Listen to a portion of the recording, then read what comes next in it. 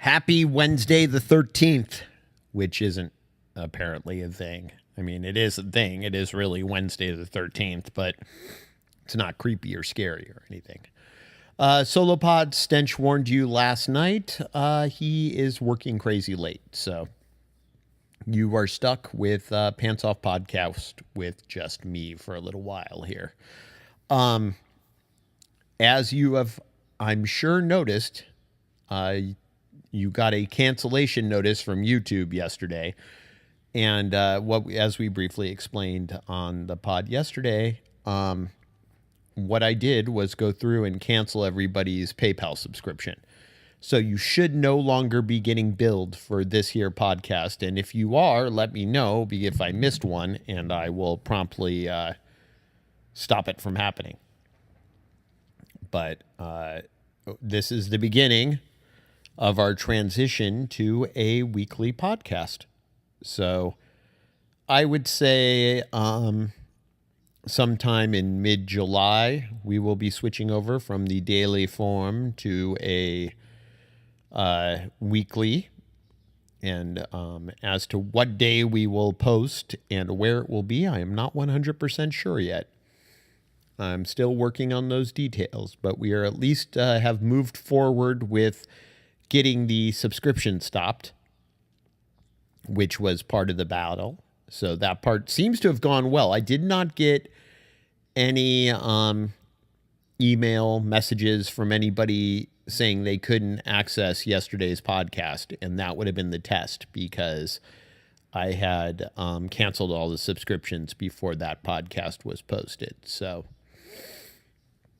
fingers crossed, everybody can still download the pod or get it, listen to it on the site, or get it sent to wherever the hell you have it sent, and it should work that way until we make the transition. And I think, and you'll need to go to Stench for more details, but I think his radio show should be starting here by then. I think the plan is by the time, a month from now, I think they're that close that his radio show should be started, and you guys will be able to listen to that. I believe daily that will be on. So don't think of it as losing a daily podcast. You are actually gaining a daily radio show from Stench and Company. Very exciting for you. What else is going on? That was the big thing yesterday. And it took a lot of time. I had to go through and cancel each podcast subscription individually. So I personally saw all your names, and although here at the end, the group was not as big as it once was. So it was not a crazy labor-intensive task, but it took me a little while because there were lots of buttons to click for each one. And so we move forward in a new and exciting time when things will change. And change is, I know, a little scary, but can be exciting and rewarding, right? So here is to more exciting things in the future. And let's see. Today there was a fire in Beverly Crest. I posted a picture on my Instagram from my office window because I could see it from there. I don't think it got very big, and they had already kind of knocked it down by the time I was leaving work. It looked like it had been pretty much under control. But I have a feeling we are in for a long, dry, hot summer fire season. I mean, we're already, almost halfway through June, and the real heat hasn't kicked in yet. But I have a feeling if we're already getting fires on the, first week it's actually warmed up, wait until August when it's been warm a while, or October when that normally used to be fire season, and we'll see what's happening. People, you got to be careful out there. Don't play with matches. Don't light off fireworks. Not here in SoCal. Every place around here is a tinderbox. It is not a good place for fireworks, which is a bummer for me. I love fireworks. 4th of July, my favorite holiday, and there's nothing more fun than lighting off a bunch of fireworks. But I have only been able to do that a few times in my life when I have been other places because they have never really been legal here in Southern California. God, I was in Tennessee around the 4th of July one time, and that place was like a fireworks war zone. And you'd drive the highway, and there would be like department stores of fireworks, which is crazy because the closest we ever got to that around here was when the Safe and Sane fireworks were legal, like in the city of San Fernando. And I know they still are in some places in Orange County and Palmdale. But you'd get those little booths that were set up from charitable organizations, but not like full on stores. It's crazy to think that we're only, like 3 weeks away from 4th of July. This summer is going to be gone before we know it. So you got to get out there and enjoy your summer. I am taking a mini vacation next weekend, not this upcoming weekend, but the next weekend. The kids and I are going to Warp Tour in San Diego, which is a music festival, and it is actually a music festival that is been around for a long ass time. I want to say like 25 years, and it tours, meaning it goes from city to city like Lollapalooza used to. And this is the last year for that. It will no longer be touring. They're supposedly going to come back with some kind of festival that'll be, like a weekend in one location, like Lollapalooza turned into, which is now 4 days in August in Chicago is where Lollapalooza is. I have no idea where the Vans Warped Tour will actually be when it becomes a one city tour, or a one city festival. But this year I thought it'd be fun, and it seems like a manageable size festival to take the kids to, and it's not as crazy as like a Coachella or as expensive. I mean, we got 3 tickets for a quarter of what it would cost for one Coachella ticket. So it should be a fun time. And then we're going to spend the weekend in San Diego. The kids wanted to go to SeaWorld, but 2 things. One, SeaWorld tickets are kind of expensive. When I looked them up online, I was like, holy crap. And 2, I'm not a super big fan of SeaWorld, even though I feel like they have been trying to make good. They were super dicky with the whales, and that documentary came out, and everybody learned what assholes they are. And I feel like since then, they've been trying to make amends and really point out that they do a lot of good stuff too, and they're going to be nice to the whales. And then I think this is it. They're retiring. Like, they're not gathering any new whales, and these whales will be retired at some point, or they're going to, I don't know, but I know they're phasing out the whale show. So, but that being said, I don't know if we'll end up at SeaWorld anyway, just because, like, I found discount tickets for $62 a ticket, but that's still pricey. That's still, $180 for 3 of us to go to SeaWorld for the day, and that's without parking and food and all that other fun stuff. So I don't know if we'll do that or not. There is plenty of awesome crap to do in San Diego. I mean, there's the zoo. There is Balboa Park. There is, I looked up some like harbor cruises that looked like fun. There is just the beach. There's Coronado. I mean, San Diego's an awesome city. I do love San Diego, and I haven't been there in a long time. I went once a couple years ago with one of my bands, and I was only there for the day. I didn't end up spending the night or staying for any extended period of time. And I think that was the last time I was there. And remember, my uncle used to live there. I used to go all the time. I would go to San Diego a lot, and I worked there for that year. You pod people remember that, because I would podcast from my car in the library parking lot, because I didn't have Wi-Fi. So I would, every night at podcast time, I would pull up to the library parking lot, hopefully get a good spot near the building, because that affected how well I could podcast, and podcast from there. Every once in a while, I would hit a Starbucks. But back then, God, what year was that? It was like 2008 or something. The Wi-Fi at Starbucks wasn't very good, and it didn't really work that well for Skype. But I could get by, so I would do it from there. But yeah, you think back to the history of this podcast and the crazy shit. podcasting from my car in San Diego. And I mean, just think of all the jobs I've had since this podcast has started. I was unemployed from Star when we started it, obviously. Then I worked in San Diego as Tony and Chris's producer.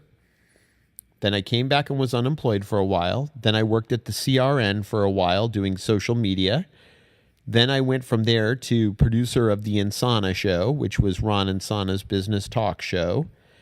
I got laid off from that one, was out of work for a while, got the job in Palmdale and worked there for about a year and a half. I think I was at the Palmdale radio station, KMix 106.3. And then from there, got hired on at Network Records and have been there for 5 years. In fact, 5 years this week was my anniversary. And Stench, God, he's been all over the place too. I mean, I know he's been at Sirius. He's been at a few rehabs. He was at Warner Brothers. He was at K-Day. And I think I'm missing some Stench jobs in there, but he was at a lot of places as well. So we all have been together for a long time. And the cool thing is this is not goodbye. We're not going away. We're just going to once a week. Much more manageable. You won't get sick of us. You might actually long for us a little, you know? Instead of just getting bombarded by us day after day. There's that guy with his pants off again. And I mean, you know, weddings. Kevin and Holly. I'm marrying Christy and Jason next year. Babies born. All the pod babies. All the, you know, amazing stuff happened, right? All the people who met and got to hang out, and all of us who met and got to hang out. It's pretty awesome. So you can't take that away from us. And we're only going to once a week. It's like we're friends and one of us is moving a little further out of town. So instead of getting together in the middle of the week to have coffee at Starbucks, we're going to get together on the weekend and hang out. You know? It's a little more difficult, but it's not the end of the world. So anyway, there's that going on. Let's see what's going on. There was the fire I told you about. Let's see if there's anything else going on in the world. I just walked home a few minutes ago and had dinner and then started this podcast, so I'm not 100% up to speed. I did HQ trivia because Bing does that too, and we compare notes, and I think I got 7 questions in. I suck. I have never won. I think the closest I've got is I got to question 11 one time. But other than that, I usually get out by question 7 or 8. Yeah, I have learned I am not good at trivia from the HQ trivia. Bing hasn't won one yet either. But he'll probably win one before me. But I try. I never get to do the midday one. I always forget about it. I don't. But I try and do the one at 6 p.m. when I get home from work.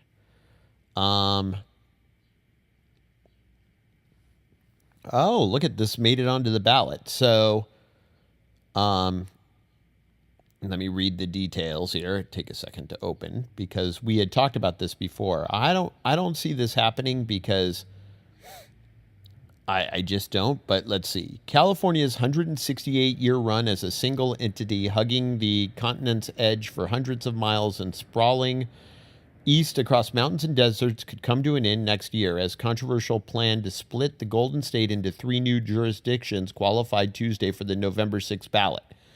If a majority of voters who cast ballots agree, a long and contentious process would begin for the 3 separate states to take the place of California, with one primarily centered around Los Angeles and the other 2 divvying up the counties to the north and to the south.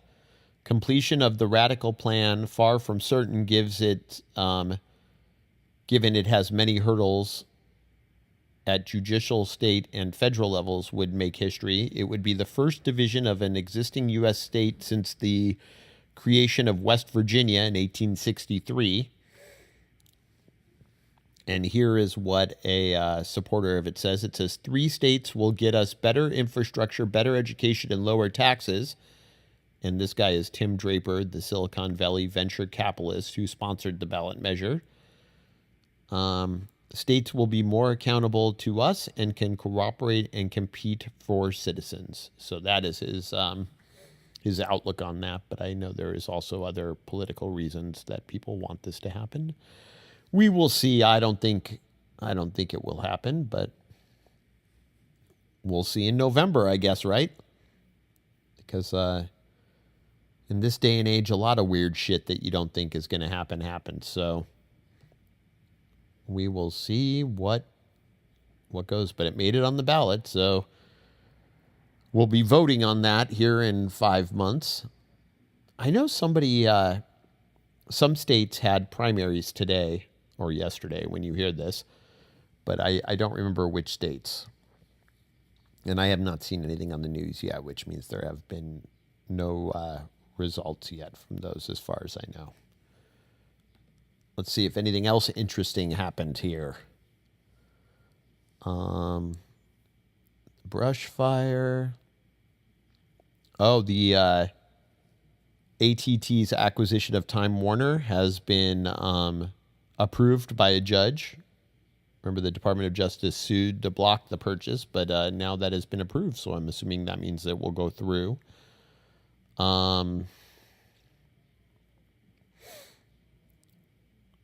There's that sad story Stench told us about yesterday about the Olympic gold medalist Bodie Miller, that his daughter had drowned in a pool accident. Very sad. So in California, we have police chases. We know, especially a lot of us pod peeps, we'll post when it happens. We all watch together. We love the car chases, right? It's very Californian of us.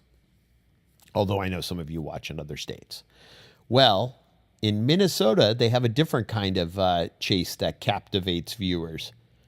They say a raccoon's journey up the side of St. Paul, Minnesota skyscraper Tuesday caught the interest of nervous onlookers and many others on social media. Dubbed hashtag MPR Raccoon by Minnesota Public Radio, the animal was first spotted Tuesday morning just a few stories off the ground, and then it started to climb.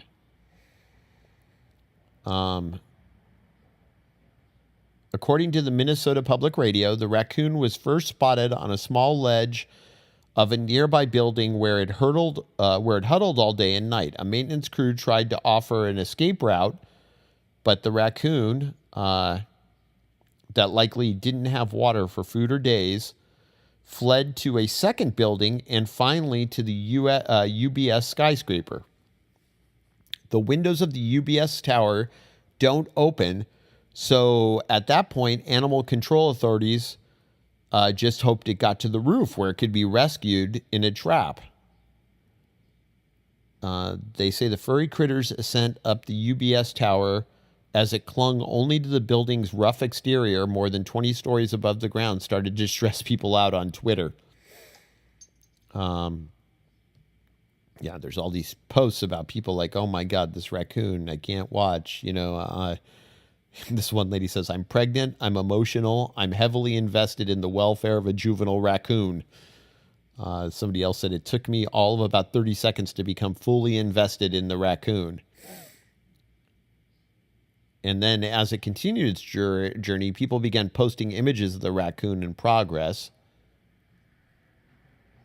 People started, live tweeting it. And it appeared by 1:30 p.m. local time, he had nearly reached the top of the building. But an hour later, he had still not reached the top and was taking some time to get camera ready in the light of his newfound fame. People were taking photos from inside the building, even though they couldn't open the windows, they could see him through the windows. At around 7:15 p.m., Facebook Live from WCCO showed him still at the last set of windows near the top, mostly resting, but sometimes popping up to fidget around.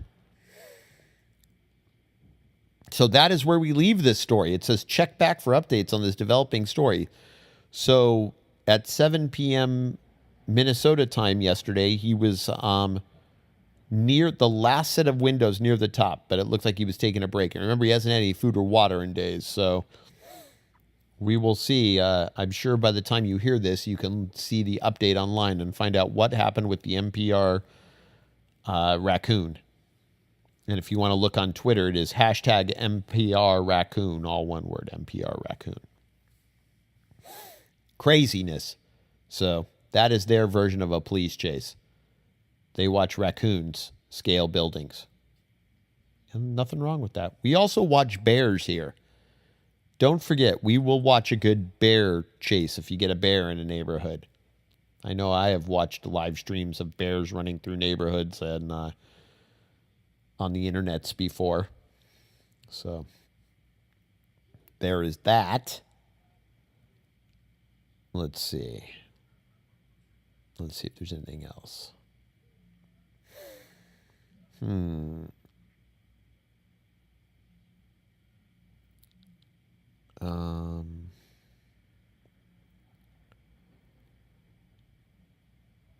don't see anything else. Oh, it was George H.W. Bush's 94th birthday.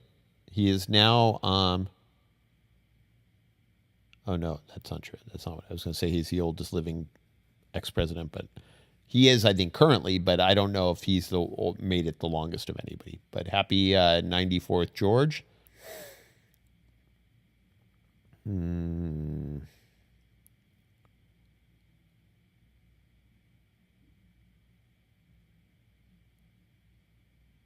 Let's see.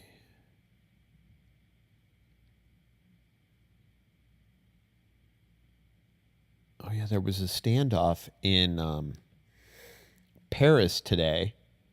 Let's see if they have how that ended, because I did not see it on the news to see how that all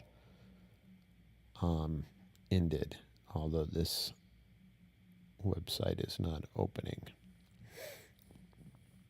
Which is, I highly recommend, if you have Netflix, to watch the documentary on the 2015 Paris attacks. I believe the documentary is called like November 17th. It's whatever the date was, and it's in French, so you have to watch with subtitles, but it was a good documentary. It's 3 hours long. It's 3 one-hour episodes, but it was really good. It's on Netflix now, and I highly recommend it. I watched it over the weekend, and I found it fascinating. So a hostage situation erupted. Okay, that we know. Well, maybe you don't. But there was a hostage situation in Paris, and a man who claimed to be armed with a handgun and explosives seized 2 people, including a pregnant woman, who he then doused in gas. But let's see. Oh,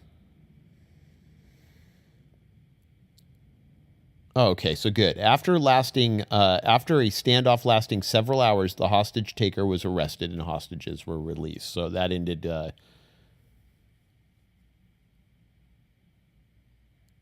That's good. Because that Paris attack was horrific and crazy. When you watch that documentary, and it was a lot like 9/11. With the initial reports, there was a lot of confusion because those attackers were attacking in multiple locations and traveling from one place to the other. And so the police would get a call and, oh, people have been shot here. And as they're going there, they're like, oh, no, people are being shot here, or no, go here. Anyway. Let's see. It's called, I'm going to look it up and get you the exact name, because I believe it's November 17th, though. But it was really, let's see. No, this is not what I wanted.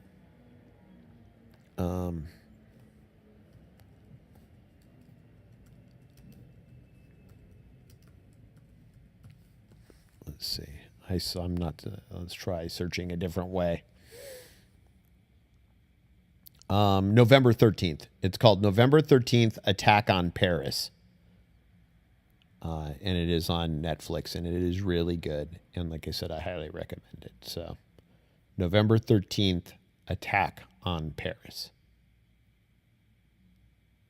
And it is like a 3-part documentary series.